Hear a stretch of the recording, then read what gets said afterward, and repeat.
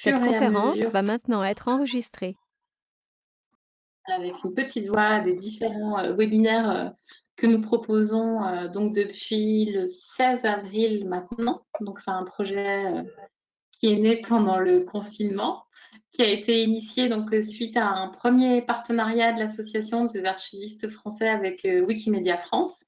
Et puis, avec le confinement, une session de formation a été annulée. C'était une formation adressée aux archivistes sur les usages wiki. Donc, très vite, notamment Julien Benedetti, qui est présent ici également, a eu l'idée de lancer une session de présentation et d'échange autour d'usage wiki. Donc, ça s'est mis en place avec cette communauté wikimédienne assez effervescente, donc avec différents projets en France, d'abord dans un premier temps, spécialiste côté archives et pas uniquement côté musée. Et puis très vite, Gillian Kern, donc, que vous connaissez tous, est revenu vers nous pour nous proposer aussi de faire participer justement les archivistes suisses et avoir un autre regard sur les projets qui peuvent être réalisés dans les institutions patrimoniales et dans les services d'archives autour des usages wiki. Donc, on continue ce soir ce webinaire et ces échanges, donc avec une présentation de projet de formation en Suisse romande. Donc, il va y avoir 2 temps de présentation. Le premier, donc, avec Stéphane et Chantal, qui vont présenter un projet de formation, et ensuite Amandine. Vous êtes wikimédien et archiviste, il me semble, si je ne dis pas de bêtises. Donc, je laisse la parole à Stéphane et Chantal. Et juste pour rappel, si vous avez des questions pour les gens qui sont présents, vous pouvez utiliser le chat. On essaiera de répondre à la fin de chaque présentation ou au fil des échanges. Donc, Gillian, Julien et moi, on suit également les échanges sur le chat si besoin. Et puis, vous avez également la page, je vais peut-être demander à Gillian si elle peut la remettre, la page MetaWiki avec la présentation de tout le détail de ces webinaires, des replays et des présentations. Voilà, merci Gillian, des présentations à venir. Et je laisse la parole à Stéphane, donc, qui va vous faire la première présentation Parfait. autour de ce projet de formation. Bonjour à tout le monde. Est-ce que tout le monde m'entend bien? Est-ce que tout le monde voit mon écran? Oui. Alors, Parfait. je vais commencer avec en fait quelque chose qui est important et qui, je pense, tout le monde connaît Wikipédia, donc on va pas passer trop de temps là-dessus, mais il est important de mettre les choses en perspective, notamment en termes de taille et d'impact. Je pense que ça, c'est important pour les archives et les archivistes, parce qu'on a toujours un peu l'impression d'être dans une bulle où les gens viennent consulter vos archives. Mais en fait, Wikipédia, c'est quelque chose d'assez énorme, évidemment. Donc là, j'ai comparé avec Universalis, qui est peut-être un peu la référence du siècle passé. Mais si on prend en termes de visite, en fait, c'est beaucoup, beaucoup, beaucoup plus important. Et je pense que c'est une chose qui est à prendre en compte dans la mesure où c'est vraiment un multiplicateur. Il faut voir Wikipédia comme un multiplicateur de force de frappe et d'exposition d'un contenu. Alors, je sais qu'il y a souvent, avec des gens avec qui j'interagis, il y a une espèce de côté défensif de dire oui, mais c'est chez nous, il faut que les gens viennent chez nous pour le voir. Mais en fait, maintenant, on est vraiment dans un système au XXIe siècle où il faut, plus on expose son contenu, plus on y gagne. Et il y a beaucoup de GLAM qui ont compris ça déjà. Donc, GLAM, c'est pour galerie, librairie, muséum et archives. Et je pense que c'est vraiment le point à retenir de notre côté. Ensuite, la deuxième chose, c'est quand on parle de Wikipédia, que tout le monde connaît, que tout le monde utilise, il n'y a pas de problème par rapport à ça. En fait, c'est plus l'arbre enfin, le très, très gros arbre qui cache une forêt, et il y a deux autres projets sœurs ou frères qui sont liés et qui est important de connaître quand on est archiviste. Le premier, c'est Wikimedia Commons, où on héberge finalement toutes les images. Alors, les Vaudois reconnaîtront l'ancien syndic de Lausanne et puis le palais de Rumine, où d'ailleurs Chantal officie. Mais quand vous voyez un article sur Wikipédia, en fait, n'importe quel média, que ce soit un film, Buster Keaton, une image, n'importe quoi, seront hébergés sur Wikimedia Commons. Donc, ce sera probablement, en tant qu'archiviste, un partenaire primordial ou en tout cas une destination essentielle à prendre en compte. Les règles sont à peu près les mêmes, hein, c'est géré par la fondation Wikimedia qui est aux États-Unis, mais en termes pratiques, voilà, c'est quelque chose ça. Et l'autre projet qui est encore moins connu, je pense, que Commons, c'est Wikidata. Alors, j'ai vu que Nicolas Vigneron nous avait rejoint, et un jour, il nous en parlera pendant des heures et des heures et des heures. Mais si vous avez une seule chose à retenir de Wikidata, c'est que, comme son nom l'indique, c'est des données. et c'est à destination plutôt des machines. Et quand on parle machine de nos jours sur Internet, c'est Google, entre autres, pas seulement, mais quand même. Et typiquement, quand vous tapez une recherche sur Google, bah, vous allez avoir ce qu'on appelle le Knowledge Graph, qui est cette petite boîte à droite de vos résultats de recherche. Et l'essentiel des informations que vous allez trouver dans ce Knowledge Graph, en fait, beaucoup d'entre elles viennent directement de Wikidata. Elles viennent de Wikipédia, elles viennent aussi du site web, bien sûr, mais du coup, en termes de visibilité et de données, c'est aussi quelque chose à prendre en compte dans votre stratégie d'archives. Voilà. Maintenant, des bases, des évidences qui sont bons à rappeler aussi et qui, a priori, concernent tout le monde et donc les archivistes, c'est que ce qu'on met sur Wikipédia, c'est que ça doit être encyclopédique. Comment on définit que c'est encyclopédique? C'est que quelqu'un d'autre que vous-même s'y est intéressé, enfin quelqu'un d'autre que le sujet principal, donc on va éviter de parler de votre blog, de vous-même via votre blog.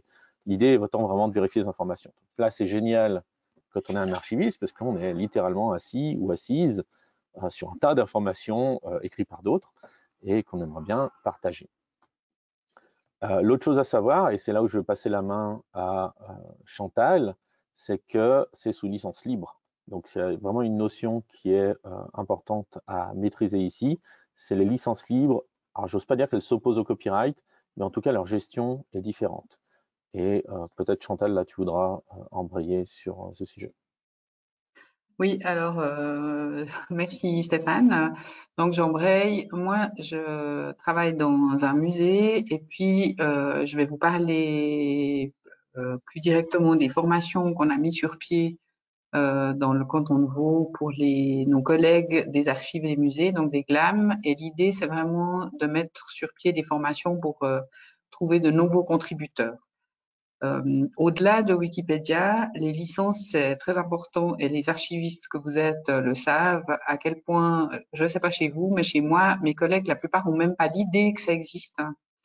Ça veut dire qu'au-delà de contributeurs au projet Wikimedia, il y a vraiment quelque chose de très important de pouvoir former les gens à ce que c'est une licence, au droit d'auteur, au fait que dans nos métiers, c'est pas qu'on peut utiliser les documents et les images essentiellement sans autres, même si on les a trouvés quelque part sur Google.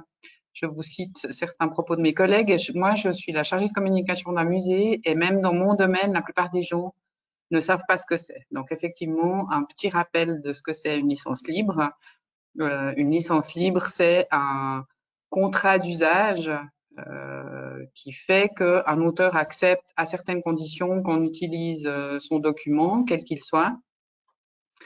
Et l'avantage, la plupart utilisent les licences Creative Commons, qui sont aussi la licence utilisée pour les textes Wikipédia, puisque du moment où on met quelque chose sur un projet Wikimedia, quel qu'il soit, on accepte d'avoir une licence libre et donc on accepte que les choses soient utilisées, transformées, voire commercialisées. Et ça aussi, comme archiviste ou comme personne de musée, ça veut dire qu'on doit le savoir et qu'on doit l'expliquer quand on propose aux gens de rentrer des choses sur Wikimedia et que ça a une implication dans les décisions qu'on prend. Je ne sais pas si tu peux aller à la suivante, Stéphane, s'il te plaît, le slide. Voilà. Alors, l'autre chose que, enfin, vous me direz si j'enfonce trop des portes ouvertes, mais l'autre chose qu'il faut aussi rappeler, c'est que, et dans nos domaines d'archives et de musées, c'est des fois compliqué, c'est d'expliquer que quand on collabore à Wikipédia, personne ne contrôle un article. Ça veut dire que pour mes collègues scientifiques, c'est des fois un peu difficile à comprendre qu'ils vont contribuer, mais quelqu'un peut changer ce qu'ils vont dire et qu'ils vont pas signer leur article. Donc, de rappeler aussi des choses élémentaires, qui est que c'est un travail collaboratif et que c'est assez différent parfois enfin, c'est en train de changer ça, à part ça. Le travail collaboratif, il se fait de plus en plus, même dans des publications, dans des revues. Mais disons que ça, c'est une part importante aussi dans les formations à rappeler aux gens. La slide suivante. Alors, effectivement, dans le canton de Vaud, donc, en fait, notre projet, il est parti de plusieurs d'entre nous qui travaillons pour une collectivité, des collectivités publiques, en Suisse, c'est des cantons. Donc, c'est enfin, j'imagine que vous le savez, mais c'est une forme de région en France, hein. Et puis, on s'est dit, ben, autant qu'on travaille ensemble, et comme on est des institutions publiques, à quelque part, on a une mission de service public, à savoir de partager ce qu'on a, nos collections, nos archives, etc., avec le public. Les projets Wikimedia étant une façon de le faire, et on va essayer de se mettre ensemble avec à quelques-uns qui étions des Wikipédiens ou des Wikimédiens enfin pas pour convaincre, pour aussi former nos collègues, informer nos collègues de cette possibilité-là. Et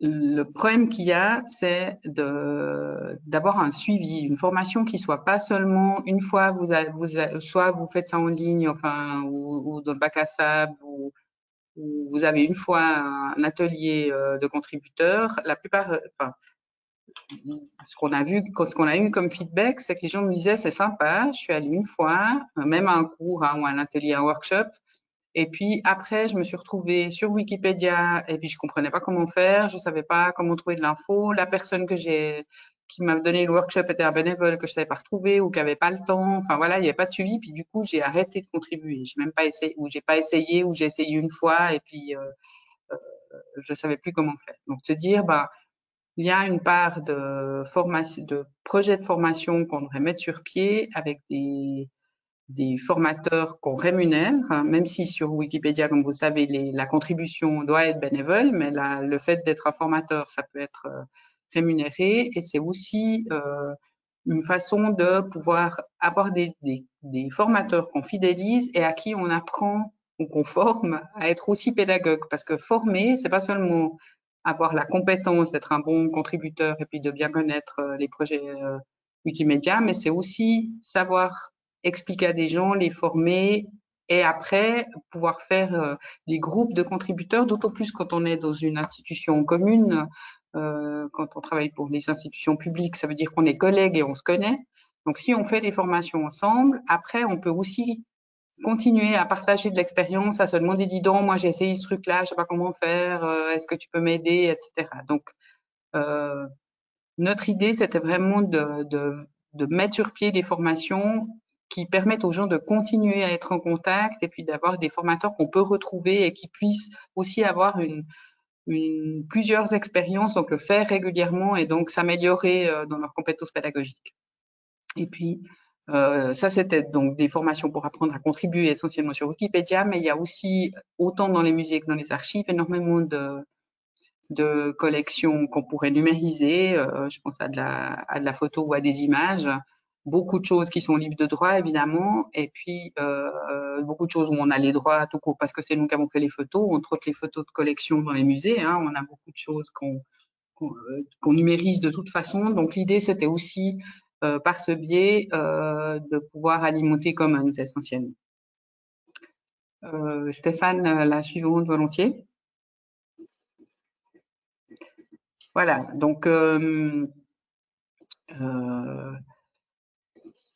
c'est un peu ce que je viens de vous dire. Donc vraiment l'idée c'était de mettre en lien des gens enfin un groupe qui de toute façon collabore et puis d'avoir vraiment des formateurs qui sont formés à la pédagogie et puis qui font ça régulièrement. Alors on a le pool de formateurs, et ben on a commencé à le mettre sur pied. On a aussi contacté. Puis l'idée aussi c'était de se dire bon, comment est-ce qu'on fait un workshop à part d'aller voir un GLAM et puis lui dire ah ben chez vous on pourrait former vos collaborateurs, il faut déjà une certaine taille. C'est pas toujours simple. On s'est dit ben plutôt que d'aller dans les GLAM, on va approcher les institutions de formation continue qui ont l'habitude de faire ça, qui peuvent être intéressés à avoir une formation continue sur Wikimedia et puis qui ont un public intéressé par la formation continue.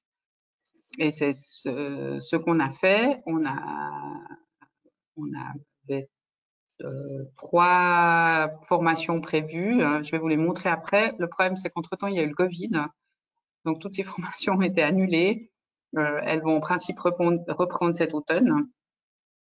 Et l'idée aussi, c'était de se dire on a des besoins différents, à savoir un besoin qui est de l'information, donc des gens qui connaissent pas, enfin voilà, qui savent, qui ont besoin du b.a.-ba de ce que c'est Wikipédia, ce que Stéphane vous a montré en deux mots tout à l'heure, mais vraiment de dire aux gens voilà ce que c'est Wikipédia. Et puis parmi ces gens, il y en a sûrement une partie qui seront intéressés à aller plus loin puis à devenir des contributeurs. Et donc une deuxième partie de formation. La première formation, elle est plutôt pour un public relativement large, entre 10 et 15 personnes, et c'est vraiment de la présentation, et puis c'est 3 heures, et au bout de ce temps, il y a un tout petit moment de démonstration de contribution. Je pense sur Wikipédia dans un premier temps. Et puis, il y a une deuxième journée de formation un peu plus longue pour les gens qui sont intéressés, en plus petit groupe, et où vraiment c'est un workshop où on apprend à contribuer. Et l'idée aussi, c'est que ça dure un petit moment, qu'il y a un repas partagé, de façon à ce que les gens puissent se faire du lien et enfin ouais, puissent faire du lien. Et puis, comme ils sont collègues, en réalité, la plupart du temps, aussi qu'ils puissent se connaître et après s'entraider. Alors, l'exemple de formation, là, j'ai mis le lien sur CEP. Stéphane, tu peux peut-être juste montrer à quoi ça ressemble. Voilà. Donc, c'était ça, je sais pas si vous arrivez à lire, mais c'est ça les formations la première formation qu'on proposait puis qui a dû être annulée, c'était vraiment d'avoir une session, enfin, à chaque fois une demi-journée, une grosse demi-journée de contribution et un repas ensemble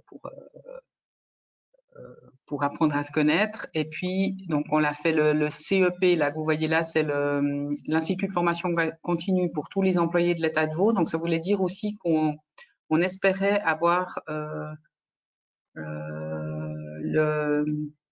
aussi des enseignants. L'idée, c'était d'avoir forcément les GLAM, mais éventuellement aussi, enfin, dans l'idéal, d'avoir aussi les enseignants. Ça, c'est un peu plus difficile aussi à les approcher leurs autorités de tutelle en se disant, c'est l'idée aussi de leur dire, bah, parfois, il y a pas mal d'enseignants qui se plaignent en disant nos étudiants ou nos élèves, ils vont toujours tout chercher sur Wikipédia. Donc, c'est leur apprendre à le gérer de façon à pouvoir aussi voir les limites ou comment expliquer à des élèves que c'est pas la seule source pour des recherches. Et puis, alors, bah voilà, il y a ce centre d'éducation permanente où on verra, comme ça a dû être annulé, on va reprendre contact avec eux pour l'automne. Et puis, l'autre formation qu'on a de prévue, c'est le réseau Sciences et Cités, qui est en fait un réseau d'instituts qui s'occupent de sciences, essentiellement des musées, des universités.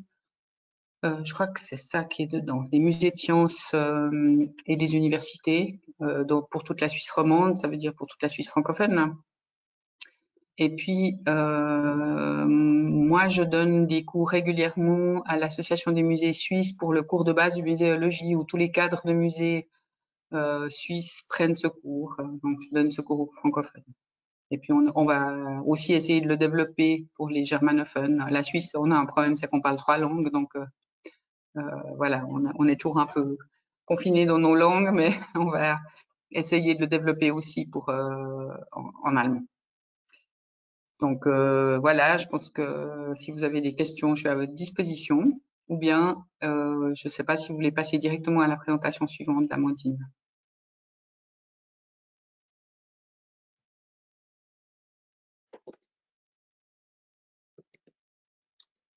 Je relance un peu sur le chat s'il y a des questions, sinon on continue. Mais en effet, sur cette idée de formation, c'est un aspect, dans le chat, ce qui était mentionné, c'est que c'est un aspect important. Et nous, c'est une formation qu'on propose. C'est donc le cadre de ces webinaires, c'était une formation autour des usages Wikimedia qui a été reportée au second semestre. Mais dans l'idée, je pense que c'est important en effet d'accompagner les archivistes et de former sur ces usages.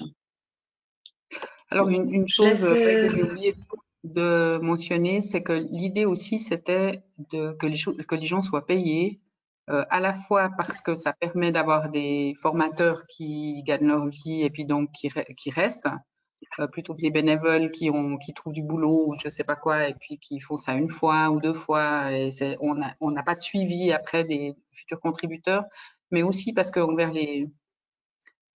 les institutions publiques, d'avoir des gens qu'on considère comme des professionnels, c'est plus valorisé et que c'est pas un souci parce que toutes les institutions publiques ont des budgets de formation continue. Donc, en général, c'est pas un problème d'obtenir des institutions de formation continue que les gens soient payés. Et c'était un aspect non négligeable du projet, c'était cet aspect-là. Et ça fait aussi que envers les formateurs, on peut leur demander d'être enfin, on peut être plus exigeant envers eux et de leur demander aussi de faire, enfin, d'avoir quelque chose qui est de l'ordre du canevas, d'avoir des formations qui se ressemblent, etc. Et puis d'avoir Oui, quelque chose un peu plus pro, expérience faite, parce que moi j'ai travaillé pour Wikimedia Suisse et puis j'ai eu quelques fois où j'ai envoyé des formateurs et puis où les gens me lâchaient à la dernière minute ou bien faisaient au fait ce que eux avaient envie de faire parce que disons je suis bénévole, je fais comme je veux. Ce qui est un peu normal, enfin, je sais pas, mais en tout cas, où du coup, après, l'endroit où ils avaient fait la formation n'était pas content parce que ça correspondait pas aux attentes ou ouais, ça correspondait pas à leurs attentes. Donc, l'avantage aussi, c'est de pouvoir, avec le fait de payer les gens, ben, ça les oblige un peu à faire ce qu'on leur demande, mais pas seulement, ça fait que oui. euh, l'expérience et le suivi font qu'on peut améliorer les formations et puis que c'est pas un one shot chaque fois. Puis ça s'intègre dans un cadre de plan de formation aussi plus global lorsque c'est payé, que c'est intégré. Une question Ouais. de Julien qui demande si c'est important, d'après vous, que les formateurs wiki soient issus des GLAM ou pas, afin que le discours justement soit adapté au métier, enfin aux Alors spécificités du métier. je pense que non. Il se trouve que nous, au départ, mais parce qu'on démarre les premières formations, on a fait un tandem. On avait prévu de faire un tandem, Stéphane et moi. Moi, je viens des GLAM et puis lui, c'est un Wikimédien chevronné. Mais je pense que c'est pas nécessaire à terme. Hmm. Et puis pour la question, est-ce que les formateurs doivent venir de Wiki? Alors oui, clairement, parce que en fait, enfin, notre idée c'était éventuellement, alors si vraiment le truc se développe, c'était de se dire est-ce qu'on prendrait des gens qui sont des formateurs d'adultes puis on les forme à Wikipédia? On a poussé dans les deux sens, hein, en se disant on pourrait Ouais. avoir les deux. Bah voilà, peut-être si vraiment ça se développe et puis si on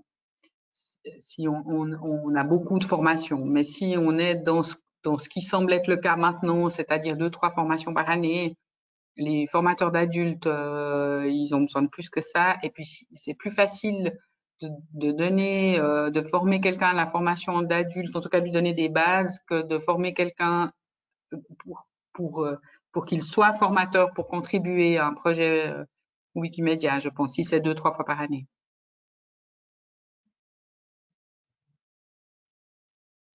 Merci. On continue avec Amandine, qui est présentatrice.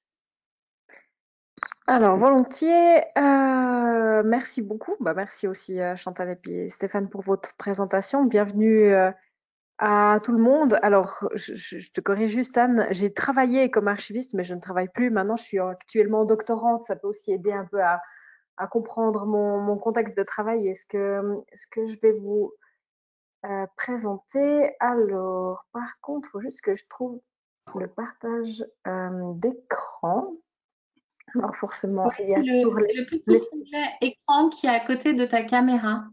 Oui, il est toujours À côté de grisé en fait. la petite Malheureusement, icône de caméra, et tu cliques sur la petite icône écran. mais en fait, il est toujours grisé malheureusement. Alors attends. D. Alors, Excuse-moi. Du coup, ouais, je t'ai pas entendu. Je te fais. ok. Voilà. Alors, le partage d'écran n'a pas l'air encore actif pour l'instant, mon icône de partage d'écran est toujours grisé. Je m'excuse pour tout le monde pour l'effet d'aimant. Je vais juste redémarrer mon GoToMeeting et je vous retrouve dans 37 secondes. Ah, voilà, c'est tout bon. C'est en route. Et voilà, alors. Là, voilà, ça marche. super. Alors, je vais vous présenter aujourd'hui le projet Wiki Neocomentia. Alors, ce projet, en fait, est né en 2017 d'une envie, d'une motivation personnelle avec à l'époque, je travaillais comme archiviste avec une autre archiviste. En fait, on a constaté que dans la région de Neuchâtel, qui est aussi une région francophone de la Suisse romande, qu'il y avait un manque. En fait, on avait peu d'institutions, musées, enfin peu d'institutions patrimoniales qui collaboraient sur les projets Wikimedia. On n'avait pas tellement d'ateliers. À l'époque, les ateliers Wikipédia ou Wikimedia Commons, c'était très concentré sur la région Lausanne-Genève. Donc, en fait, on avait un peu une espèce de vide dans la partie nord de la Suisse romande entre Neuchâtel et le Jura. Et notre objectif, en fait, c'était de combler un peu ce vide et de commencer à monter des ateliers et un projet sur la région neuchâteloise. Et l'objectif final, c'était d'enrichir les projets Wikimedia avec des éléments du patrimoine neuchâtelois, les Neocomensis, donc d'où le nom Wiki Neocomentia, qui est dérivé des Neocomensis, qui sont les éléments neuchâtelois. Afin en fait de pouvoir réaliser cet objectif qu'on s'était mis en tête de manière un peu tout à fait motivée, c'était de décliner les aspects en deux volets. D'abord, une formation et un soutien des institutions GLAM de la région neuchâteloise. Et l'autre volet, c'est la formation et la sensibilisation d'une partie des étudiants de l'université de Neuchâtel. Dans la page MetaWiki, j'ai mis tous les liens que je vous présente dans la présentation. On a une page de présentation du projet Wiki Neocomentia. Vous pourrez aussi retrouver la plupart des éléments que je vous donne ce soir, y compris la présentation PowerPoint. Ce qui est aussi intéressant de souligner, c'est que tout le projet est mené de manière bénévole sur le temps libre des personnes qui le coordonnent et qui le font vivre. Donc, je pense que c'est un élément important sur lequel je vais revenir à la fin de la présentation à tenir en compte. Le premier volet, c'est le soutien et la formation au GLAM. Je ferai ensuite le deuxième volet de la sensibilisation et la formation aux étudiants de l'Université de Neuchâtel. Par rapport au GLAM, l'objectif principal était de les sensibiliser, de les former et de les soutenir dans leur contribution au projet Wikimedia. Ce volet, en fait, on s'est principalement concentré sur des contributions à Wikipédia et Wikimedia Commons, avec d'un côté des ateliers, mais aussi des permanences. Et on aimerait étendre en fait un peu ce projet de formation avec les GLAM en les formant aussi maintenant à Wikidata et OpenRefine. Chantal l'a souligné tout à l'heure, Wikidata et OpenRefine pour l'instant, ce sont des éléments encore totalement inconnus dans la plupart des institutions GLAM. Autant maintenant Wikipédia et Wikimedia Commons, les personnes qui travaillent commencent à savoir de quoi on parle, ce que c'est, et d'avoir une crainte qui est moins grande vis-à-vis de ces projets. Autant Wikidata, c'est encore un peu sensible quand on l'amène, mais on aimerait pouvoir former les personnels GLAM. Notre premier atelier Wikipédia à destination des GLAM a eu lieu en avril et mai 2018. Il a été suivi par 5 personnes issues d'institutions GLAM. C'était 3 soirées de 2 heures avec une partie théorique sur le fonctionnement de Wikipédia et une partie pratique où les gens mettaient directement la main dans Wikipédia et ont directement contribué. Ceci aussi pour assurer que justement ils ne se retrouvent pas à la maison tout seuls derrière leur ordinateur à ne pas savoir quoi faire. Une formation Wikimedia Commons qui a compris une partie importante sur les questions des droits d'auteur, a eu lieu en novembre 2018. Et ces 2 formations ont été complétées par une table ronde sur les enjeux des contributions dans Wikipédia. Cette table ronde a eu lieu à l'Université de Neuchâtel au printemps 2018. L'objectif était justement d'aborder des questions ou des thématiques comme les travaux inédits, les attributions des contributions à des auteurs qui sont assez contre nature pour des chercheurs ou pour des gens qui travaillent dans le monde académique. D'habitude, on signe toujours nos articles. Dans Wikipédia, on ne signe pas ce qu'on fait. Ou alors, on le fait de manière très discrète et à plusieurs. Ensuite, en 2019, on a mis en place 6 permanences qui ont réuni entre 4 et 7 personnes. Pour 2020, on en a mis en place 3 au printemps qui ont aussi réuni entre 4 et 7 personnes. 2 de ces permanences ont eu lieu en ligne en raison du coronavirus. Ça s'est très très bien passé. C'était une chouette expérience. Et pour l'automne 2020, on va remettre en place de nouveau 3 permanences qui sont prévues et ce fameux atelier Wikidata qui sera axé sur le patrimoine bâti et aussi des archives. Un événement surprise avec un partenariat est aussi en préparation pour l'automne 2020. Pour l'instant, je ne peux pas dévoiler plus que ça, mais je fais un peu du teasing, c'est aussi mon rôle. Et on prévoit aussi un atelier Wikipédia en partenariat avec le musée des Moulins souterrains au Col des Roches sur le thème de l'encyclopédie de manière générale et sur l'encyclopédie d'Yverdon. Et peut-être aussi des nouvelles idées et partenariats pour 2021 avec les GLAM. Alors, pendant ces 2 années de projet Wikineo Comencia, nous avons mis en place des partenariats durables avec plusieurs institutions, les archives de l'État de Neuchâtel, ça correspond, je pense, pour la France à des archives régionales. L'Office du patrimoine de Neuchâtel qui s'occupe des monuments et sites, le Laténium qui est un musée d'archéologie situé à Neuchâtel, la bibliothèque de la ville de La Chaux-de-Fonds et le musée de l'hôtel de ville du Landron, qui est un petit village aussi de la région neuchâteloise. Et on est en contact et on espère pouvoir mettre en place aussi les mêmes partenariats durables avec les institutions suivantes: le musée d'horlogerie du Locle, le musée international d'horlogerie à La Chaux-de-Fonds, le musée des Beaux-Arts à La Chaux-de-Fonds et le Club 44, qui est un centre de conférence à La Chaux-de-Fonds. Voilà pour le premier volet un peu glam. Je vais passer maintenant au deuxième volet par rapport à la formation et au soutien, à la sensibilisation des étudiants de l'université de Neuchâtel. Ah non, pardon. Avant de passer à ce deuxième volet, désolée. Je voulais vous présenter en fait un peu 2 exemples de contributions qui sont faites dans le cadre du projet Wikineo Comencia avec 2 institutions GLAM. La première, c'est pour l'Office du patrimoine cantonal de Neuchâtel. 2 collaboratrices en fait de cet office dédient une partie de leur temps de travail à enrichir et améliorer des contenus sur Wikipédia. Elles rédigent et elles complètent des articles sur les monuments et sites d'importance régionale et d'importance nationale qui sont situés dans le canton de Neuchâtel. Je vous ai mis des exemples, ils sont aussi dans la page MetaWiki. Je ne vais pas vous les montrer maintenant, mais disons qu'elles ont vraiment enrichi de manière substantielle et extrêmement importante des articles qui sont tout à fait significatifs pour la région neuchâteloise, notamment l'article sur le château de Neuchâtel, l'ancien manège de La Chaux-de-Fonds, la tour Jorgensen au Brenay. Et elles ont enrichi des parties des articles sur les communes de Boudry, Colombier, Le Locle, etc. Je ne vais pas citer l'entier de leur travail ici, mais vraiment ce qu'elles ont fait est tout à fait fascinant. Enfin, moi, je suis extrêmement de respect. Elles font ces contributions de manière maintenant indépendante. Elles sont assez formées à Wikipédia pour pouvoir se débrouiller de manière totalement autonome.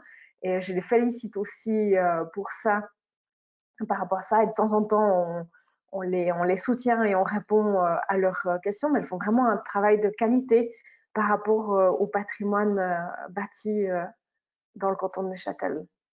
Et la deuxième contribution dont je voulais vous parler, c'est le cas de l'Office des archives de l'État de Neuchâtel. Une collaboratrice a dans son cahier des charges un certain nombre d'heures qui sont dédiées à des contributions sur Wikipédia. Elle travaille aussi à enrichir et améliorer les contenus. Elle rédige et elle complète notamment des articles qui ont trait au fonds d'archives conservées aux archives de l'État et aussi des biographies et des bibliographies qui ont trait à ces fonds. Elle a notamment rajouté de nombreux liens qui pointent vers les inventaires des archives de l'État de Neuchâtel en utilisant un modèle qui a été développé en partenariat avec des archivistes, qui est le modèle Site-Archive. Elle a notamment contribué sur la page de l'abbaye de Fontaine-en-Bray, la propre page des archives de l'État de Neuchâtel. Elle a aussi ajouté des éléments sur l'indiennage, les tissus qui ont été une fabrique très importante dans le canton de Neuchâtel au XVIIIe, XIXe siècle. Elle a créé la biographie de Gabriel Berthoud et aussi l'article sur le portail des archives neuchâteloises, qui sont tous des éléments importants pour la région. Donc voilà. Et ça, en fait, cette personne aussi est totalement maintenant autonome sur Wikipédia dans ses contributions. On partage aussi, on fait aussi du suivi actif avec elle, on ne la laisse pas non plus toute seule dans son coin. Mais disons qu'elle fait aussi un travail extrêmement important par rapport aux archives et à leur visibilité, parce que justement, en rajoutant dans les sources les liens vers les fonds des archives de l'État de Neuchâtel, elle rend aussi une certaine visibilité au travail que font ses collègues tous les jours dans les inventaires. Alors voilà, je passe à la deuxième partie pour la sensibilisation et la formation des étudiants à l'université. Alors, je vous avertis tout de suite, c'est qu'une partie des étudiants qu'on touche. En fait, tout ça, c'est pas du tout officialisé par l'Université de Neuchâtel. Les formations et les interventions qu'on a fait auprès des étudiants, c'est grâce à des contacts privés qu'on avait avec certains professeurs, et on a été invités en fait à faire des interventions dans le cadre de séminaires ou de cours donnés par ces contacts privés. Donc il n'y a rien d'officiel en fait. Là derrière, je ne suis pas payée par l'Université de Neuchâtel. Je suis payée pour faire mon doctorat, mais pas pour faire des formations Wikipédia. Et voilà, c'est tout à fait pas sous le manteau, mais disons un peu en annexe. Et l'objectif de ce volet, en fait, est véritablement de sensibiliser et de former les étudiants de l'Université de Neuchâtel, particulièrement pour l'instant dans le domaine des sciences humaines et sociales. On n'a pas de contact avec d'autres domaines qui sont enseignés à l'Université de Neuchâtel. On a particulièrement fait des choses avec des étudiants en histoire, en archéologie, en histoire de l'art. Les formations ont été centrées sur des projets Wikipédia et Wikimedia Commons. Alors, c'est évident que j'aimerais énormément étendre ça à d'autres disciplines de l'Université de Neuchâtel et aussi peut-être, pourquoi pas, à d'autres projets de Wikimedia. Mais je vous parlerai aussi après un peu des limites du projet Wikimedia Commonsia. Avant, j'aimerais vous présenter en fait l'exemple de partenariat qu'on a mis en place avec un professeur en archéologie et ses étudiants en archéologie. En fait, on forme depuis 2019 des étudiants de niveau bachelor et master en archéologie à contribuer sur Wikipédia en partenariat avec le musée d'archéologie, le Latenium. Le professeur qui est lui-même directeur du Latenium, qui donne un cours sur la sensibilisation à comment faire une bonne médiation de l'archéologie, a intégré toute une partie sur comment faire la médiation de l'archéologie aussi dans Wikipédia. Et du coup, on a donné 3 cours qui ont été donnés au semestre de printemps et 3 au semestre de printemps 2020 et qui ont réuni les deux environ 15 participants. Cette formation s'est de nouveau déployée sur des éléments théoriques et sur des parties pratiques que les étudiants mettent véritablement la main dans Wikipédia parce qu'en fait, ils étaient évalués par leurs professeurs sur une partie des contributions qu'ils faisaient dans Wikipédia. Ça faisait partie des crédits qu'ils allaient recevoir à la fin, enfin de la note qu'ils allaient recevoir à la fin du cours. Donc véritablement, il a fallu aussi que ces étudiants, pendant ces 3 cours, puissent mettre la main et ne se retrouvent pas totalement démunis une fois à la maison. En 2019, 15 étudiants ont été formés à contribuer à Wikipédia et ont soit amélioré, soit créé du contenu. 12 articles ont été créés sur des thèmes en lien avec l'archéologie et le patrimoine bâti. De nouveau, je vous ai fourni une liste exhaustive de ce qu'ils ont fait. et 19 articles ont été améliorés. Si vous allez sur ces articles Wikipédia, vous verrez les différentiels qui ont été apportés par les étudiants. De nouveau, on a véritablement eu des contributions hautement qualitatives. Alors malheureusement, c'est un peu le problème qu'évoquait Chantal avant par rapport au suivi. La plupart des étudiants qui ont collaboré pendant ce séminaire ont arrêté de contribuer à Wikipédia une fois le séminaire terminé et on n'a pas tellement de moyens de les suivre et de les soutenir après le séminaire. Mais voilà, si fait est que quand même, pendant le séminaire, ils ont fait des contributions de qualité. Par rapport, alors avant de passer à la slide suivante, par rapport à ce qu'on a fait au semestre de printemps 2020, il est encore trop tôt pour tirer un bilan. Les cours, en fait, se sont terminés en mars. 18 étudiants ont participé au séminaire et ont aussi de nouveau soit créé, soit amélioré des articles sur Wikipédia. Et les contributions sont encore en cours, en fait. Donc, c'est pour ça que je ne peux pas vous donner un bilan. Sur la page du projet Wikineo Comencia que vous avez eu en lien, je vous la mettrai aussi dans la conversation GoToMeeting dès que j'ai fini ma présentation. On a monté un dashboard, donc vous pouvez aussi suivre quasi en direct les contributions des étudiants et leurs éléments qui ont été faits. Dans le cadre de l'université aussi, j'aimerais ajouter qu'on a donné un cours d'introduction au projet Wikimedia aux des étudiants en histoire en 2018. C'était un one-shot d'1h30 sans partie pratique. Donc, on n'a aucun nouveau contributeur qu'on a pu récupérer par rapport à ça, mais voilà. Environ 70 personnes, dont des étudiants, ont participé à la table ronde que j'ai évoquée avant, qui a été tenue au printemps 2018 et qui abordait les craintes et les opportunités liées à Wikipédia au sein d'une université. Ensuite, une intervention a été donnée à une vingtaine d'étudiants en histoire dans le cadre du séminaire intitulé « À la découverte des archives, l'historien et la pratique des documents ». La question de la métaréalité, les sceaux, les filigranes ont notamment été abordés et leur possible mise en valeur sur Wikipédia et Wikimedia Commons. Là aussi, sur 1h30, on n'a pas eu le temps de faire de parties véritablement pratiques. Donc, à part de la sensibilisation, on n'a pas pu véritablement faire de la formation. Et par contre, la formation véritable qu'on a pu faire, c'est avec ce séminaire, avec ces étudiants en archéologie, avec le musée d'archéologie. Par rapport aux défis et à l'avenir, ou même aux limites qu'on voit dans le projet Wikineo Comencia, c'est que justement, je l'ai signalé, il est géré entièrement de manière bénévole. Je suis, au-delà de cet emploi bénévole, je suis employée à 70%, donc je ne peux pas étendre mon soutien ou les ateliers que je donne ou le suivi que je fais de manière indéfinie. Dans les autres limites, on rencontre parfois des résistances ou des incompréhensions du côté des GLAM. Il y en a certaines qui sont encore réticentes à donner du temps, à partager des images sur Wikipédia ou sur Wikimedia Commons. Mais la plupart du temps, ça vient plutôt d'une méconnaissance que d'une mauvaise volonté. En fait, c'est plutôt qu'ils ne savent pas ce que c'est Wikimedia Commons ou Wikipédia. Et ben voilà, il n'est pas du tout évident d'entrer au sein de l'université. Pour l'instant, les quelques interventions se sont faites grâce à des contacts privés. Il n'est pas évident d'étendre ces interventions ni de les officialiser. Je ne suis pas du tout rémunérée pour les faire.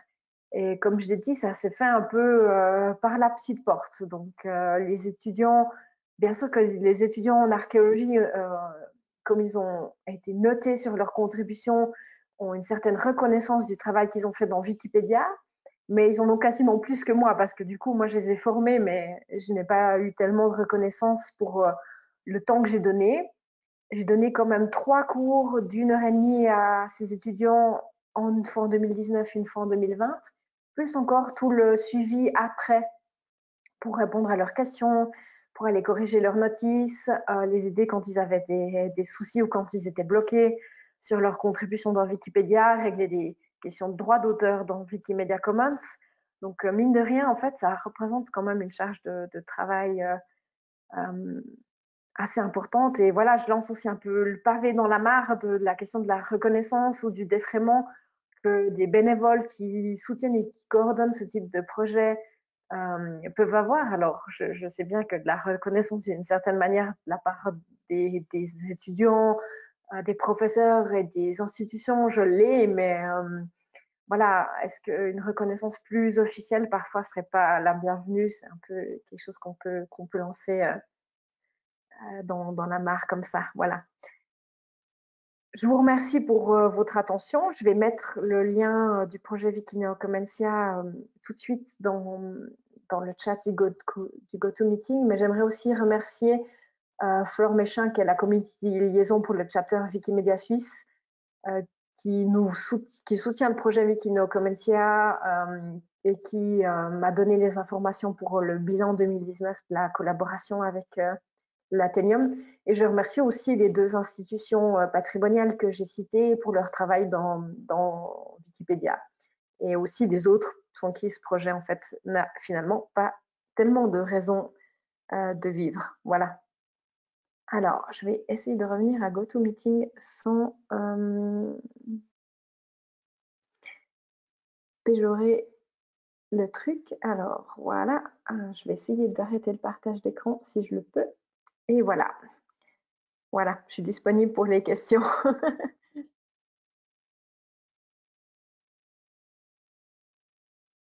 Amandine, moi j'ai une question à propos aussi de ce que tu dis de reconnaissance, de travail bénévole, etc. Est-ce qu'on pourrait pas imaginer de demander au chapter de faire ça en fait, qu'une partie de l'argent levé soit fait pour que les chapters proposent ce type de enfin, ce qui est un bout de ce que fait Wikimedia Suisse. Je remercie aussi Flore au passage qui vraiment nous aide beaucoup là-dedans, mais d'avoir quelque chose peut-être un peu plus coordonné au sein des chapters Wikimédiens pour que les chapters mettent sur pied ce type d'offre en fait.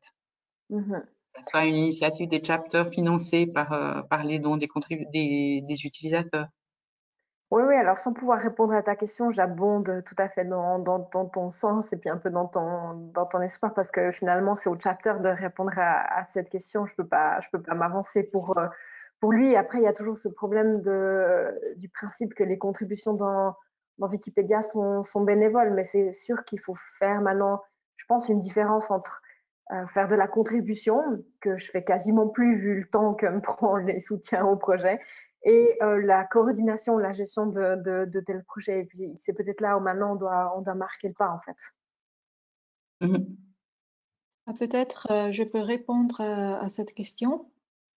On est en train maintenant avec Ilario Valdelli de mettre sur pied un concept qui supporte la formation professionnelle sur les GLAM, sur les projets Wiki, sur un plan national, sur niveau national.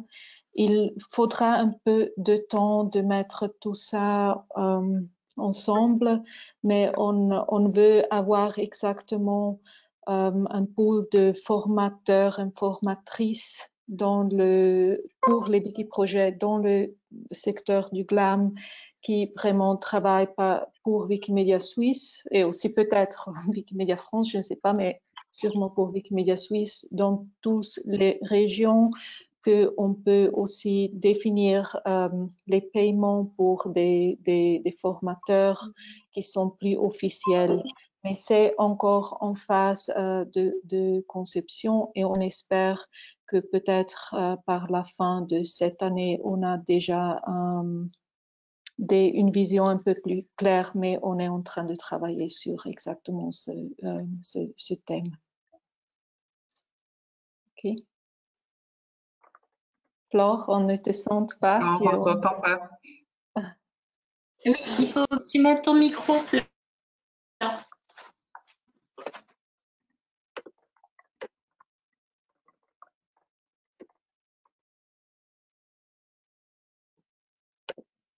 Là, voilà. Je vais essayer de le faire à distance. Non. Ok, ça y est. Oui, alors en fait, à Wikimedia Suisse, on a trois angles en fait. Glam et éducation qui viennent d'être évoqués par Déborah. On a également l'angle communauté, qui est aussi un angle pour lequel on est en train de réfléchir à cette reconnaissance des bénévoles, où du fait du changement de la communauté, pas tout le monde n'est vraiment disponible pour animer des ateliers, etc. De façon non rémunérée. Du coup, on est en train aussi, enfin, on va devoir aussi réfléchir à ce point-là. Si les personnes qui mettent en place des ateliers ne doivent pas être rémunérées, enfin, quand c'est un projet communautaire. Donc, ça va également pas être pour tout de suite, mais j'espère qu'en 2021, ce sera vraiment clair. Alors, si on a vraiment de la chance, on arrive à faire ça pour l'été. Sinon, ce sera plutôt pour 2021.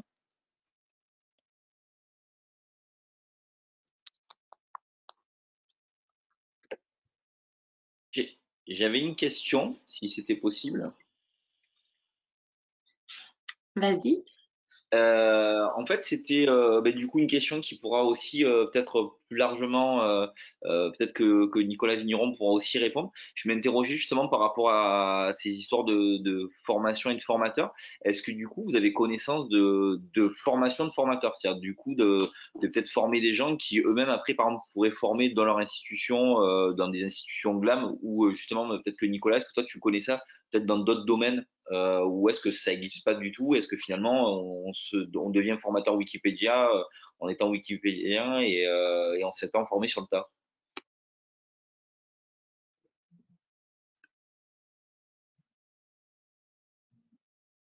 Moi, je réponds peut-être, en tout cas, à ma connaissance, il n'y a pas de, il y a que des formateurs qui sont des Wikipédiens d'abord.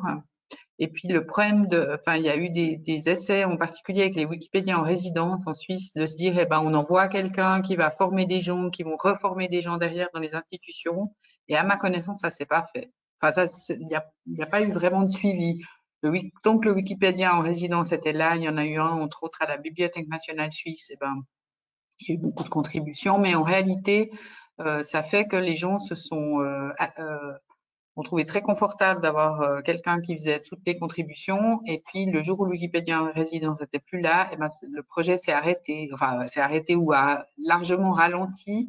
Il y a d'autres personnes qui ont mieux suivi ce projet que moi, mais je crois que c'est un peu ça qui s'est passé. Donc, voilà. Je sais plus, on discutait une fois en se disant, il y a très très peu de gens qui continuent à contribuer en ayant suivi une formation. Il y a vraiment une perte assez importante. Et je sais plus qui a dit dans les commentaires qu'il y a un bout où ces formations, elles peuvent aussi servir à simplement savoir que les gens sachent mieux ce que c'est Wikipédia, puis du coup, il y a moins de résistance. Je pense qu'il faut qu'on se dise que c'est ça. Effectivement, qu'il y aura peu de contributeurs, au même titre que si on regarde parmi la population générale, il y a très peu de gens qui contribuent à Wikipédia ou à Wikimedia. Et puis, ça augmente peut-être un peu ce pourcentage quand les gens ont des formations, mais surtout, elles servent à faire mieux connaître et puis à ce que les gens soient plus conscients de comment l'utiliser, à savoir mieux l'utiliser. C'était ça un peu l'argument qu'on donnait, nous, pour les formations aux instituts de formation en disant ça apprend à être un meilleur utilisateur en tout premier lieu. Puis ensuite, parmi eux, il y aura peut-être un ou deux contributeurs.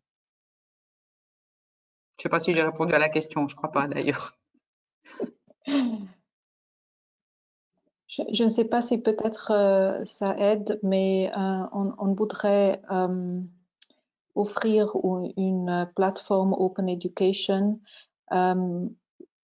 aussi pour les GLAM, qu'on peut faire des trainings online parce qu'il y a le besoin de la part des collaborateurs et collaboratrices des institutions culturelles d'être formés, mais pas avec beaucoup de hurdles, avec beaucoup de constraints, comme on dit en français.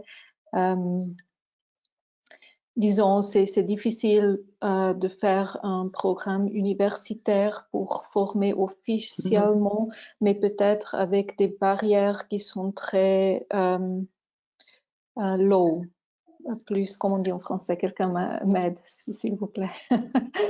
On cherche de pouvoir offrir des formations simples pour toutes les personnes qui veulent apprendre à contribuer et puis peut-être faire des cours de formation plus spécialisés qui ont à faire avec la qualité de la contribution spécifique pour, disons, des articles qui ont à faire avec les GLAM, disons, écrire une biographie d'un artiste, qu'est-ce que ça veut dire exactement, ou autre part, comme on a dans le péri de la science qui est très difficile et très professionnel, on peut aussi offrir des cours qui sont très spécifiques sur des institutions avec les thèmes qu'ils ont.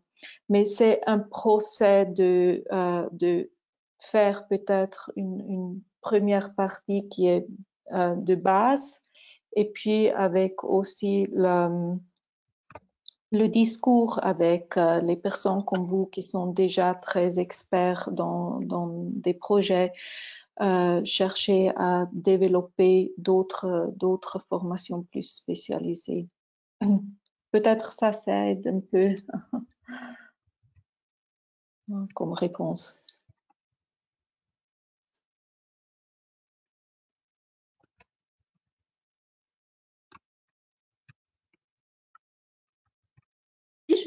C'est vrai que Pas s'il y a d'autres questions, mais c'est vrai que cette idée de formation est précieuse. Amandine, tu voulais parler, vas-y. Pas de souci. C'est vrai que dans le cadre des universités, effectivement, faire un cycle complet, je pense que ça n'a même pas de sens, en fait. Il faut effectivement, je pense, plutôt apporter des éléments généraux. Et je pense aussi dans ce cadre-là, comme tu disais, Chantal, cet aspect ne serait-ce que de la sensibilisation est extrêmement importante parce que, en fait, il y a quelques années, dans les universités, on disait à tous les étudiants, n'allez pas sur Wikipédia. Maintenant, on leur dit, ah, vous pouvez peut-être aller sur Wikipédia, mais il faut maintenant apprendre à l'utiliser puis à faire avec. En fait, la plupart des étudiants, ils ont grandi avec un peu cette idée que Wikipédia, c'est un peu le démon, puis qu'il fallait jamais aller. Du coup, en fait, ils savent même pas si une fois dans un de leurs séminaires, ils ont besoin d'une illustration du Wikimedia Commons ou d'un élément de Wikipédia, ils savent même pas comment le citer. Et ne serait-ce que faire de la sensibilisation pour qu'ils puissent le faire, je trouve que c'est déjà énorme en fait.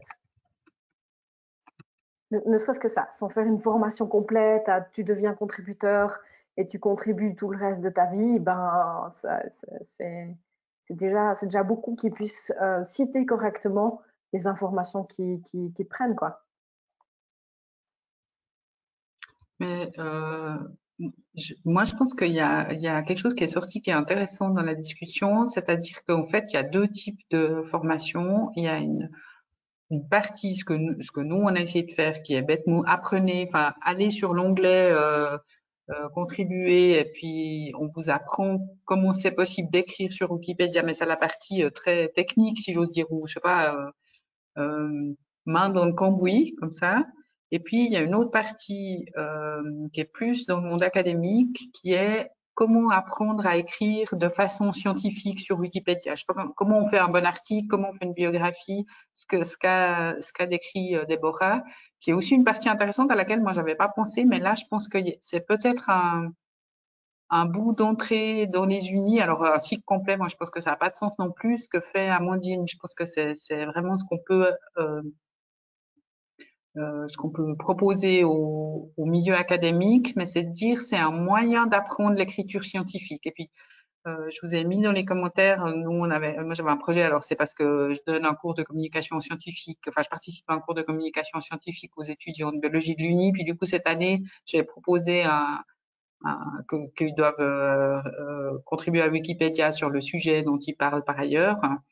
Mais il y a un bout, quand ils sont, enfin, pour tous les futurs journalistes scientifiques, pour tous ceux qui s'intéressent à faire autre chose que de la recherche, je pense que là, il y a un bout à jouer de dire c'est une manière d'apprendre à vulgariser. Vous allez devoir donner des conférences, vous allez devoir parler à des étudiants, vous allez devoir parler à des élèves. Enfin, c'est de la vulgarisation scientifique et elle est particulière. Puis là, il y a peut-être quelque chose à proposer aussi dans la forme d'écriture.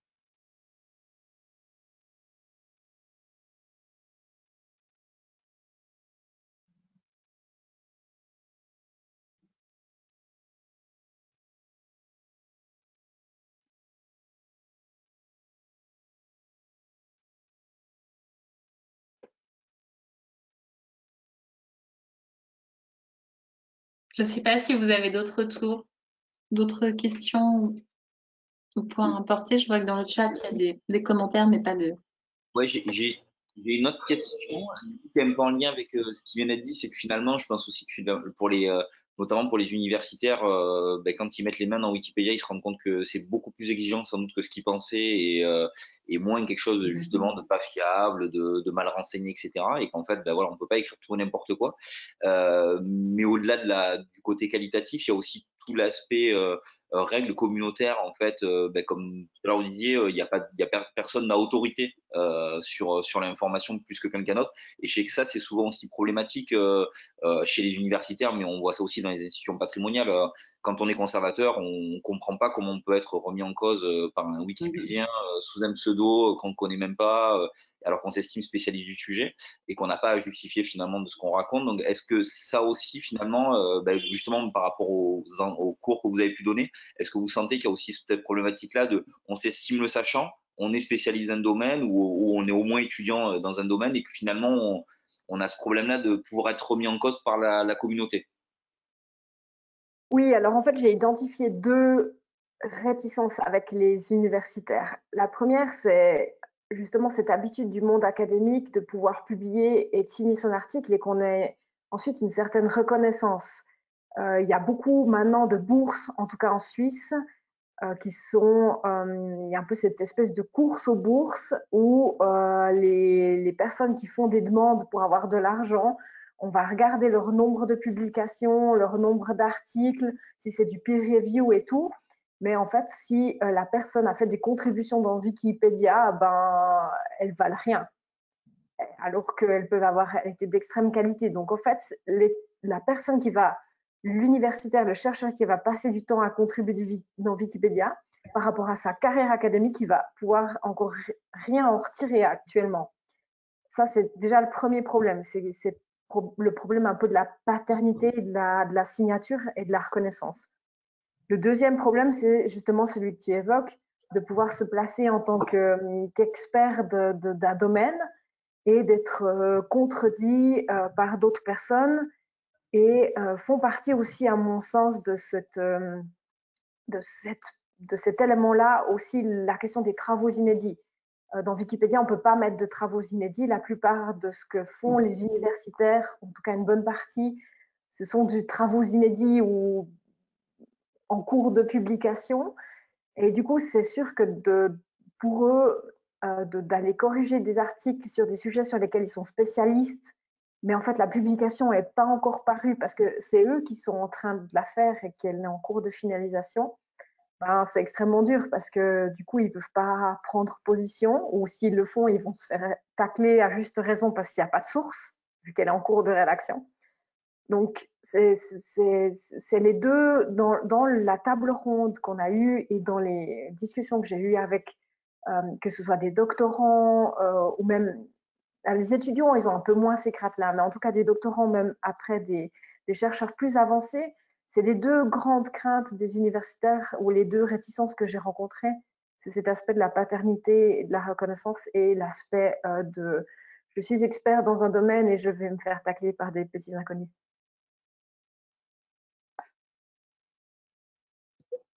En fait, j'aurais voulu, enfin, je sais pas s'il y a le temps, mais j'aurais voulu abonder dans le sens de ce qui vient d'être dit.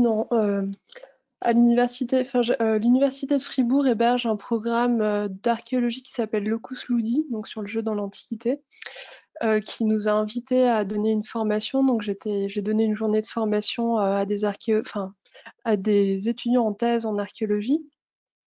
Et en fait, à l'issue de la journée, j'ai eu une étudiante qui est revenue vers moi et qui était choquée en fait vraiment du fonctionnement. Parce que donc du coup elle est égyptologue en l'occurrence, elle m'expliquait qu'arriver au point de connaissance que j'étais dans sa discipline, c'était vraiment compliqué et donc que pour elle c'était inenvisageable d'être remise en question par donc littéralement elle m'a dit Madame Michu sous pseudo. Bon, après, sur Wikipédia, je ne doute pas un instant qu'il y a également des égyptologues qui contribuent, mais c'est vrai qu'il faut que les étudiants puissent peser l'intérêt qu'ils ont à eux publier dans un domaine qui peut être très compétitif, donc sous leur nom, et peut-être Oui, peut-être que les questions de médiation, enfin, il faut voir, ouais, il faut voir qui fait la médiation et si le spécialiste le plus pointu d'une discipline, c'est la personne qui est apte à faire ça, ou si au contraire, ce sera quelqu'un qui sera vraiment choqué des règles de Wikipédia, quoi. Voilà, c'est tout.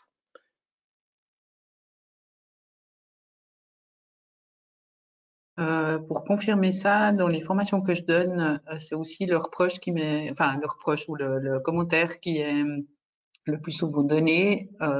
Les formations que je donne en muséologie, ben, c'est essentiellement des conservateurs de musées qui sont là.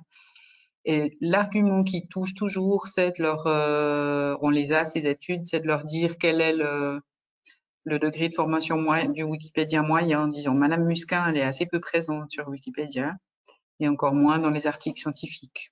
Donc, au général, quand on leur donne les taux enfin, le type de formation qu'ont les Wikipédiens, c'est un bon argument et du coup, ça permet aux gens de rentrer dans le projet collaboratif. Parce qu'à part ça, de plus en plus, les gens. Alors, c'est le problème que ça compte pas comme une publication, ça c'est un vrai problème. Puis là, j'ai pas de solution. Mais par contre, le fait de le faire en peer review, ça veut dire que d'être contredit par ses pairs, c'est quand même les gens ont de plus en plus l'habitude. Donc ça va.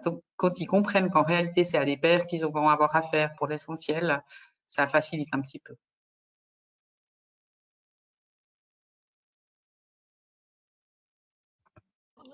Après, concernant cette question, en effet, d'entrer dans cette communauté Wikipédia, c'est vrai que quand on est spécialiste dans le domaine, quelqu'un avait dit, enfin, un grand ponte qui s'était mis sur Wikipédia avait dit, j'ai dû apprendre, je sais plus si c'était l'humilité ou, enfin, c'est vrai qu'il faut se remettre complètement en question parce que le mode de fonctionnement est complètement différent, c'est une autre communauté. Après, une fois qu'on est accepté au sein de cette communauté, ben là, on peut monter en puissance avec nos connaissances académiques. Mais c'est vrai qu'au début, faut pas, enfin, les nouveaux qui ont la tête grosse se font systématiquement saquer, on va dire, parce que ils comprennent pas les règles Wikipédia. Et puis on leur demande de s'insérer dans ce système-là.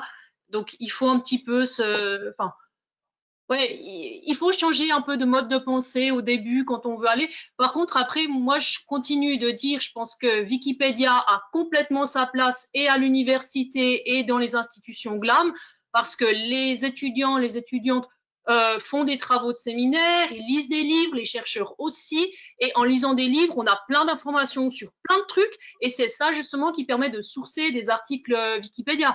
Moi, quand je contribue à Wikipédia, je contribue pas beaucoup, mais c'est souvent parce que dans un livre, j'ai lu quelque chose en me disant ah tiens, ça date de temps ça, et je vais vite trouver dans l'article Wikipédia l'information, puis je mets voilà, ça date de temps, cité dans tel bouquin à telle page. Ou bien, enfin, j'ai beaucoup d'articles sur l'archivistique.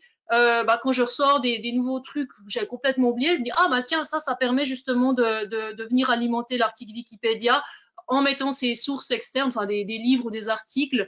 Et puis ça, à mon avis, les chercheurs, et puis enfin, les universitaires en général, ont vraiment leur mot à dire pour alimenter cette qualité des sources, au même titre que les bibliothécaires et les autres institutions GLAM. Et puis nous, en tant qu'archivistes, je pense aussi que justement, on a notre rôle à jouer pour amener cette qualité, enfin, ouais, cette qualité des sources, des références.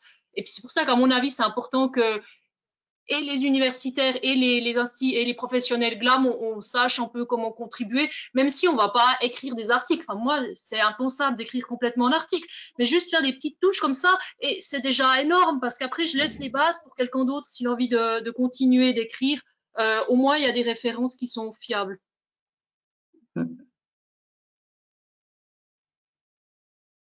Et sinon, forcer les étudiants à contribuer et les noter là-dessus. Enfin, dans le cas du Laténium, ce qui a été montré en 2019, vous avez juste vu avec la présentation d'Amandine la surface de ce qui a été fait, mais en fait, ils ont fait des articles extrêmement longs, extrêmement complets, avec des quantités de références incroyables. J'ai jamais vu, enfin, pour moi, c'est vraiment très probant, c'était vraiment très réussi. Alors du coup, le coup d'avoir réussi à intégrer ça dans un séminaire où c'est noté, enfin, c'est vraiment extrêmement efficace, quoi.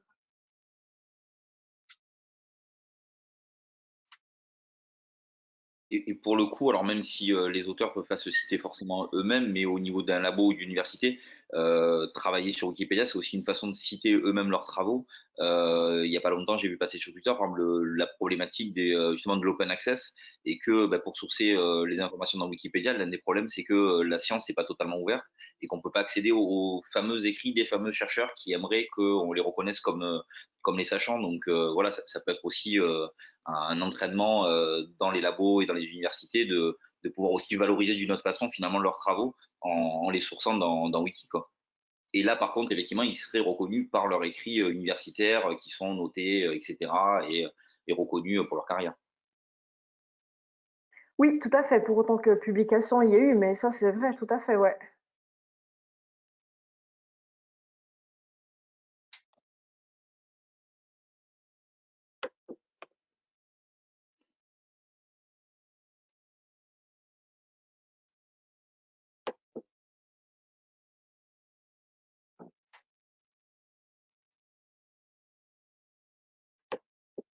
Pas d'autres commentaires, remarques sur la question de la contribution? Moi, est-ce que je peux revenir, Chantal? Tu me tapes sur les mains si je déborde complètement. Parce qu'il y a toute enfin, il y a eu ce débat par rapport à la contribution volontaire versus contribution rémunérée, formation rémunérée versus, enfin, tout ça.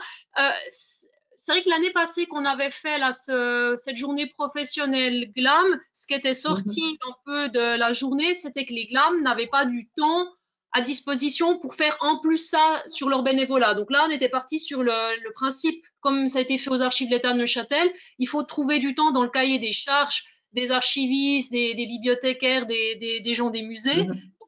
Là, ça devient une contribution rémunérée parce que les gens font ça dans le cadre, comme toi quand tu fais des présentations. Donc là, on est dans des contributions rémunérées qui ne sont pas de la formation parce que à l'État de Neuchâtel, elle fait vraiment des vraies contributions en sourçant des articles Wikipédia. Et moi, je trouve que pour les GLAM, c'est vendeur parce qu'on est dans de la valorisation, dans la médiation culturelle. On peut même pousser le bouchon jusque-là. En attirant un peu l'attention du grand public sur vous êtes intéressé par un sujet, et dans les archives X ou dans le musée Y, il y a des informations supplémentaires. On ne va pas mettre toutes ces informations à disposition publique, mais si vous êtes intéressé à aller plus loin, venez chez nous. Et puis ça permet justement d'avoir un peu ce champ. Et puis moi, j'avais trouvé ça super intéressant comme réflexion, mais justement là, ça veut dire que les contributions elles-mêmes ne sont plus bénévoles, c'est les institutions qui font. Et jusqu'à quel point un professionnel GLAM ou autre peut aller dans des contributions qui sont là très clairement plus du bénévolat. Et puis comme disait Amandine, c'est vrai qu'il y a du 70% de temps de travail, enfin moi 80, moi les 20% restants de ma vie comme ça, moi j'ai pas le temps non plus de faire des contributions, surtout s'il faut animer des projets ou autres.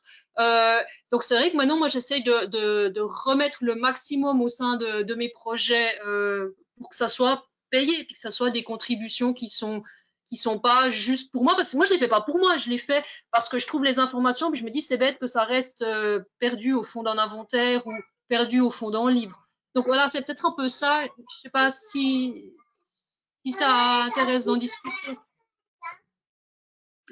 Alors, on en a déjà parlé avec Juliane, c'est vrai. À part ça, dans les GLAM, et moi la première, on est payé pour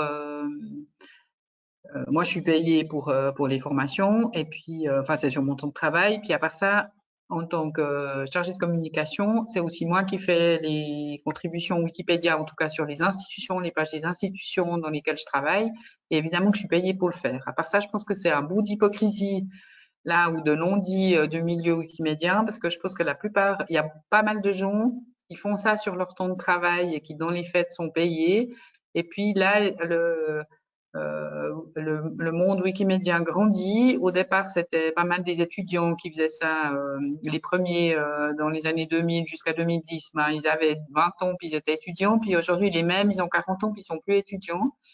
Et puis là, c'est vrai qu'il y a quelque chose qui est de l'ordre de la contribution, qui est soi-disant bénévole et qui en réalité l'est pas, et qu'il y a une discussion à avoir dans le mouvement là-dessus, sur les contributions. Et puis les GLAM, je pense que effectivement, les gens dans les GLAM, quand ils contribuent, c'est sur leur temps de travail pour l'essentiel. Et c'est pas un problème parce que ça fait partie de la mission d'un GLAM en plus que de donner cette info et de donner cette info encyclopédique en l'occurrence. Si je pense aux archives ou à un musée, c'est pas, alors contrairement à l'Uni, c'est pas des gens qui font un travail inédit ou une recherche inédite pour la plupart, c'est des choses qui sont encyclopédiques et ça fait partie, c'est la mission de l'institution que de la restituer au public. Donc, en tout cas, du côté du GLAM, ça pose pas de problème. Maintenant, du côté Wikimedia, ça peut en poser un parce que c'est pas des contributions bénévoles, c'est vrai. Je rebondis sur ce que tu dis, hein, Chantal. Quand j'ai travaillé comme archiviste en 2014 et 2018, je travaillais dans une institution patrimoniale régionale. J'étais aussi payée, enfin mes contributions que je faisais dans Wikipédia, elles se faisaient dans le cadre de mon travail et ça faisait pas partie de mon cahier des charges et j'étais aussi payée pour ça. Simplement, après, quand je donnais des ateliers à côté, j'avais pas le droit de faire référence à l'institution et là, je pouvais pas les compter comme des heures de travail. Et actuellement, dans mon contrat comme doctorante depuis 2018, je suis absolument pas reconnue par l'université dans tout ce que je donne, y compris au sein même de l'université de Neuchâtel, qui est la propre université que j'emploie, qui m'emploie. Donc en fait, ce que je fais, c'est totalement sur mon temps libre et je suis simplement considérée comme doctorante et pas. Enfin, je ne peux pas faire référence à mon employeur, ni faire appel à des heures de travail ou ni ajouter ça dans mon cahier des charges. Mais c'est vrai que j'ai aussi fait des contributions payées pendant 4 ans. C'est tout à fait. Ouais.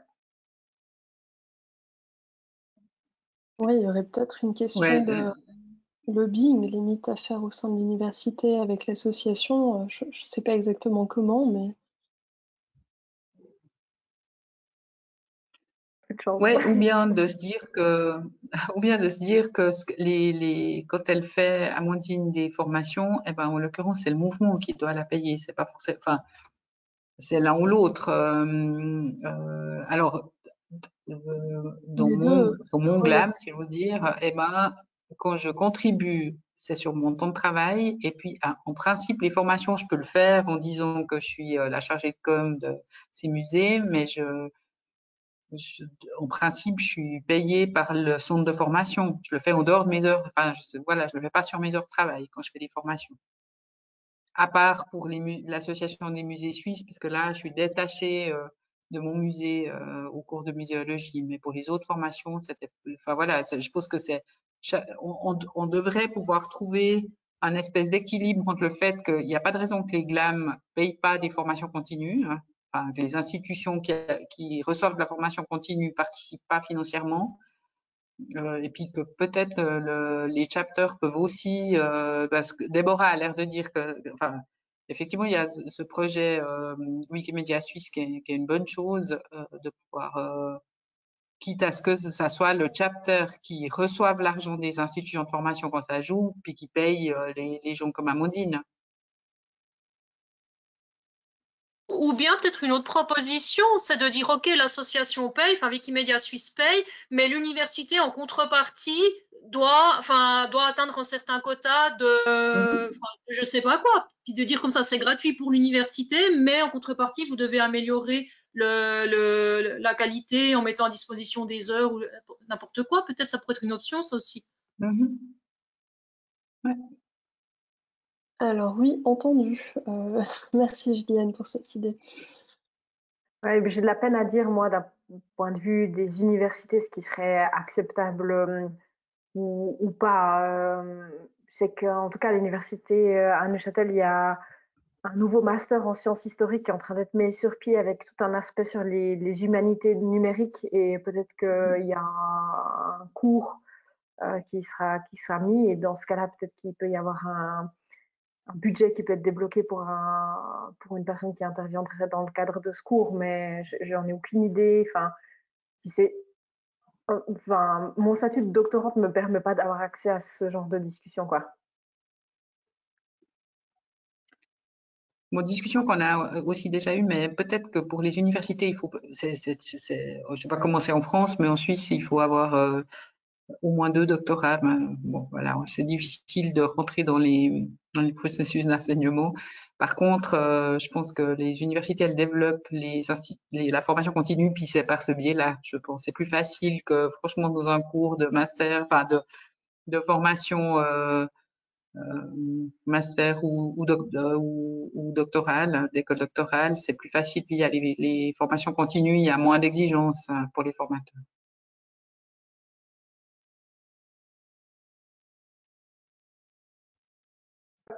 C'est vrai que la CUSO, la coordination des universités de Suisse occidentale, serait peut-être qui est un peu responsable de la formation continue, de la formation transversale des doctorants, serait un bon partenaire chez qui aller toquer par rapport à ce que tu dis en fait.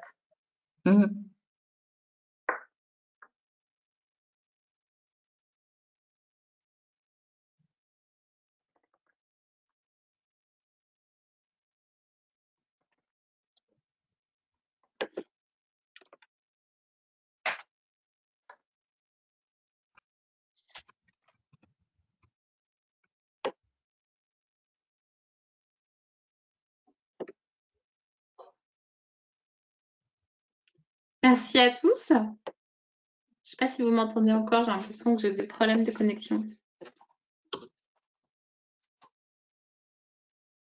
Alors là, c'est enregistré, c'est toujours pas mis en ligne sur la page dédiée, mais tout est bien enregistré et conservé.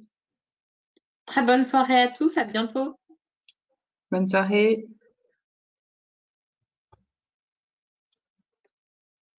Merci beaucoup à tout le monde. Merci, au revoir. Au revoir. Merci beaucoup.